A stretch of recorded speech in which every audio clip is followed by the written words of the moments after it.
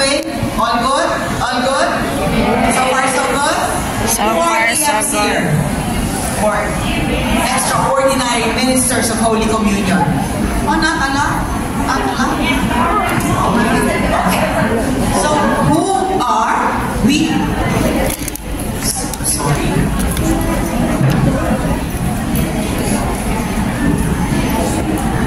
So, okay.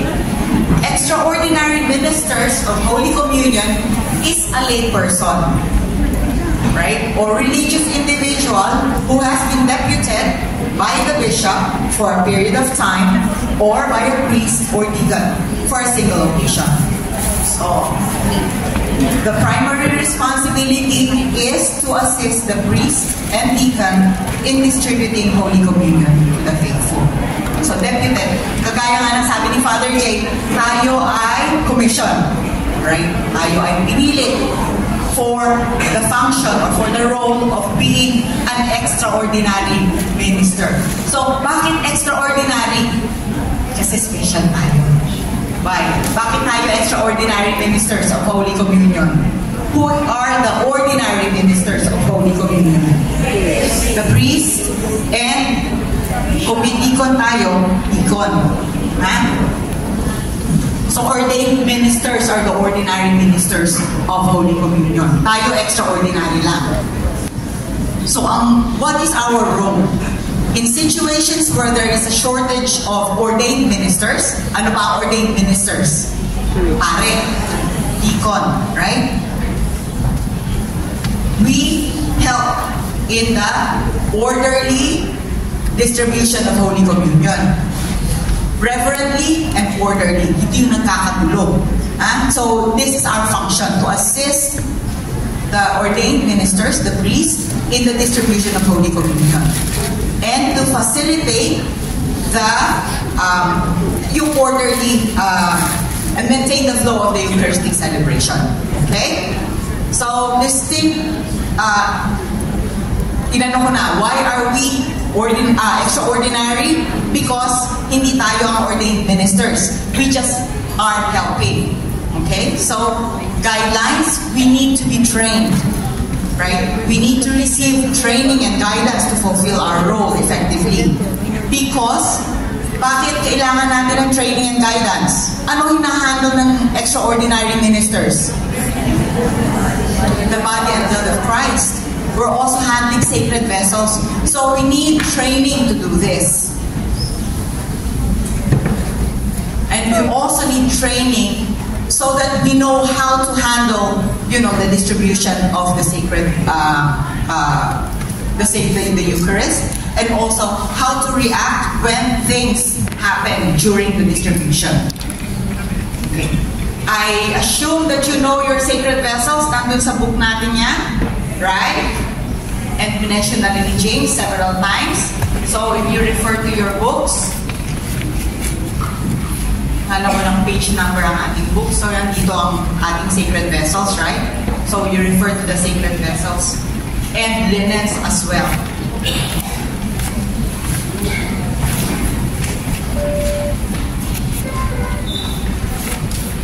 Okay. So, who can be an extraordinary minister of Holy Communion? Sino na nga ulit ang ating mga EMs dito? Okay. Tanungin po kayo. Tanungin po ikaw. Kayo po ba, ito na yung quiz. Kayo po ba ay binyagan? Oo. Oh, so sabi dito, fully initiated Catholic. Ano ibig po nitong sabihin? Natanggap mo lahat sa Arbenz. You are baptized, confirmed, at nakaka-receive ng Holy Communion, right? Yes. In full communion with the Church and a practicing Catholic. Ano ibig sabihin ng in full communion?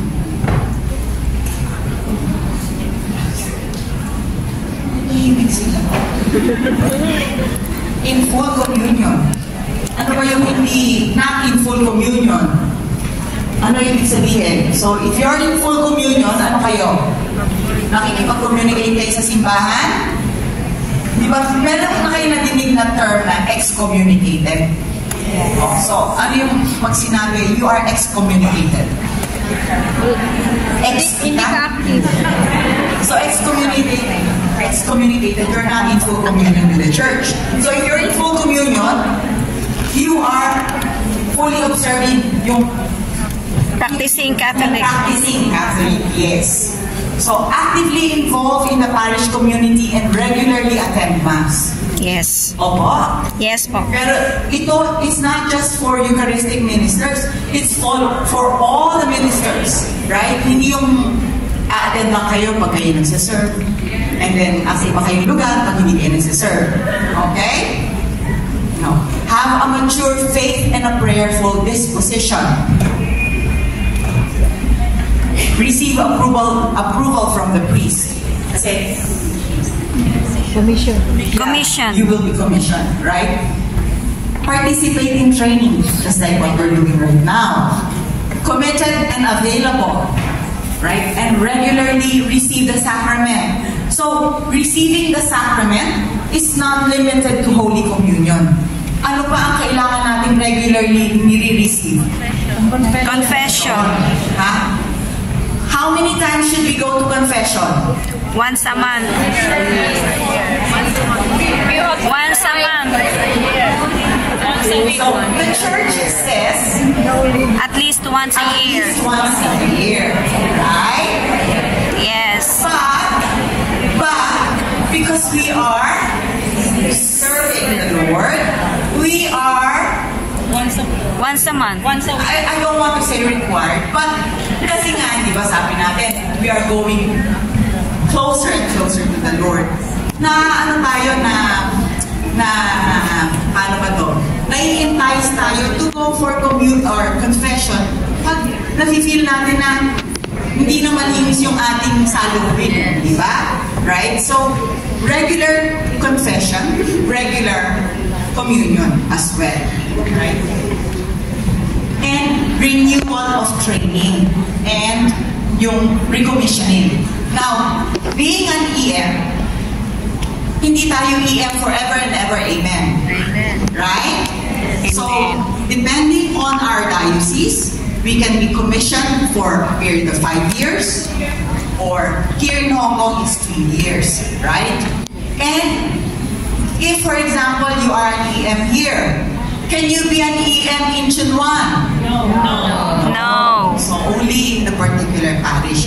Pero kanina, minention ko, sometimes the priest has the liberty to commission someone right then and there, only for that single occasion. So, kunyari, si Father J, sinabi, pwede ka mapatigil ngayon. So, only for this Mass, only for this day. Special.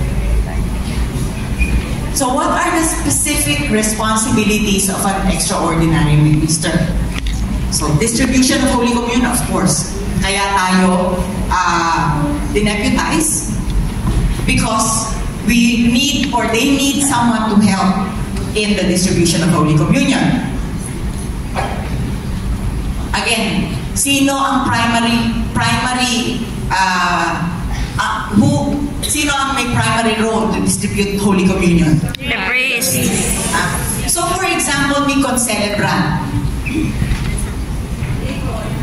Meron naman pari pa ulit. Dalawa yung pare. Ikaw yung, ikaw ay EM.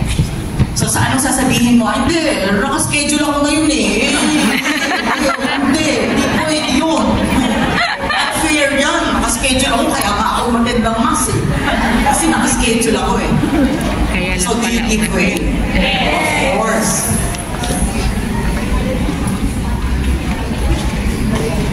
So, another role that we play is we assist in the cleaning of the sacred vessels. Sorry. So, assisting in the cleaning of the sacred vessels. Also, participating in the Mass. So, now, sometimes we are asked to serve in more than one Mass. Fine, good.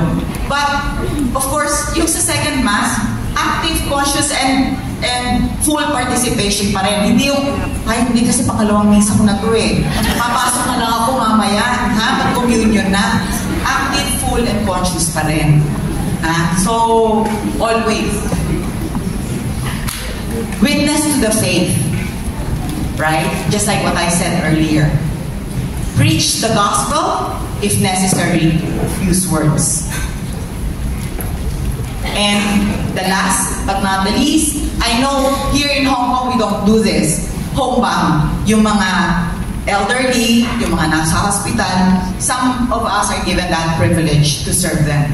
But always make sure that you liaise or you coordinate this with the parish priest. Okay? Hindi yung itatakas niyo yung host, tapos natalo nyo kasi, sister, kasi yung ano ko, may sakit po eh, hindi po siya makapag-Holy Communion kaya itatakas mo po. Now, these are abuses. Hindi natin ito tinotolerate, ha? I will go through that later. Okay. Sorry. Okay.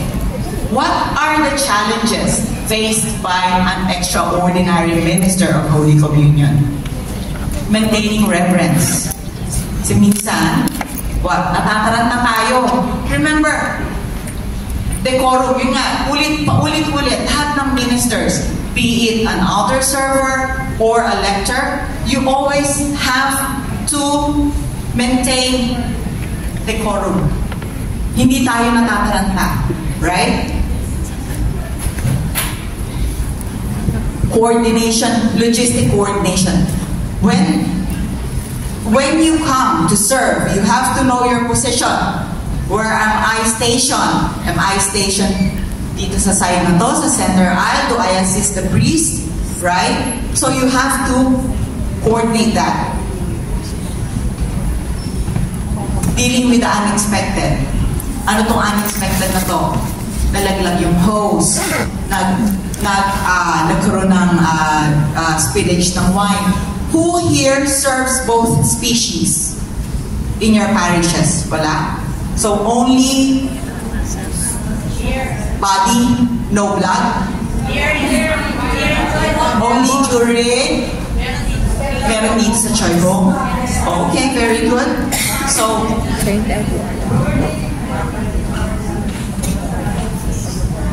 you do both species? Yes.